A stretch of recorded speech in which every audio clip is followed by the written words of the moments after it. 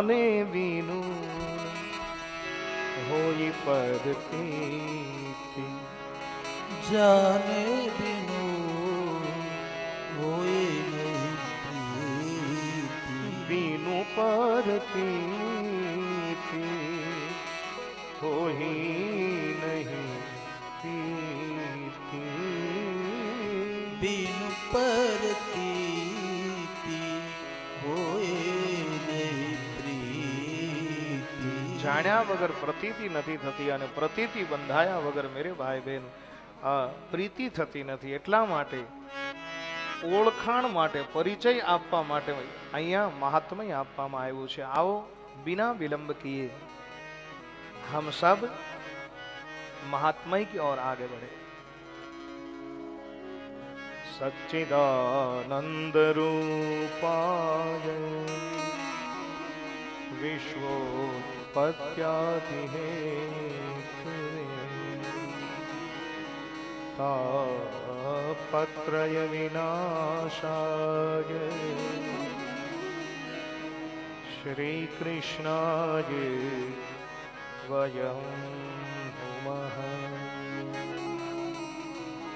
महात्मय no प्रथम श्लोक. सच्चिदानंद रूपाय विश्वोत्पत्त्यादि Hathaway तापत्रय विनाशाय श्री कृष्णाय वयं नमः. भगवान केवा छे? सत, चित અને આનંદ સ્વરૂપ છે. ભગવાન એક અર્થની અંદર કહું તો સત્ય સ્વરૂપ છે. હવે આપણને એમ થાય સત્ય એટલે શું? તો હાવ હળવી અને સહજ વ્યાખ્યા કરવી હોય તો એ કઈ કરી શકીએ કે જેને યાદ નથી રાખવું પડતું એ સત્ય. કોઈની સાથે જૂઠ બોલો તો એને યાદ રાખવું પડે, પણ જે સત્ય જેને યાદ નથી રાખવું પડતું. હું ઘણી વાર કથાની અંદર કીધા કરું જે ગઈકાલે પણ હતું, જે અત્યારે પણ છે અને જે ભવિષ્યમાં પણ રહેશે એને સત્ય કહેવાય છે. ભગવાન એવા સત્ય સ્વરૂપ છે.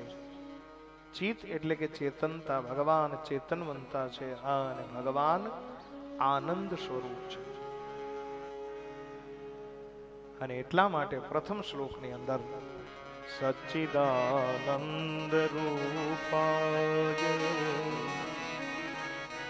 વિશ્વોત્પત્ત્યાદિ હેતવે. સમગ્ર વિશ્વનું સર્જન કરી શકે છે જે સચ્ચિદાનંદ સ્વરૂપ સમગ્ર વિશ્વનું પાલન કરી શકે છે અને જરૂર પડે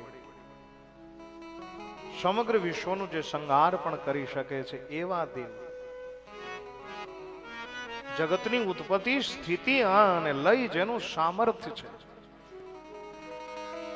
રામચરિતમાનસની અંદર સંત તુલસીદાસજી ભગવાનનું સામર્થ્ય બતાવે છે કે ભગવાનનું સામર્થ્ય કેવું? બોલે ભ્રકુટી વિલાસ સૃષ્ટિ લય હોય. એક ભ્રકુટી વ્રંગની અંદર આખી સૃષ્ટિનો વિનાશ કરી શકે.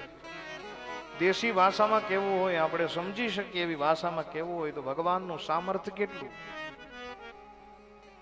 કે બેનો જેમ તાવડીમાં રોટલી ફેરવી નાખે એમ એક ભ્રકુટીની અંદર આખા બ્રહ્માંડને ઉથલાવી નાખવાની તાકાત આ ઈશ્વર. જે સર્જન પણ કરી શકે છે, જે પાલન પણ કરી શકે છે અને જરૂર પડે જે સંહાર પણ કરી શકે. પણ ભગવાન કેવા છે? જેને સર્જનમાં મોહ નથી, જેને પાલનમાં અહંકાર નથી. અને ભગવાન કેવા છે? બોલે જેને સંહારમાં શોક નથી. આ પરમ તત્વ, આ બ્રહ્મ. આપણે સર્જન કરીએ તો મોહ થાય. આપણા બાળકો છે આપણું સર્જન છે અને એની અંદર આપણને મોહ થાય. કોઈ નાની અમથી ફેક્ટરી બનાવી લીધી હોય તો તરત આપણે એનું નામ આપીએ, લેબલ આપીએ. શું કામ?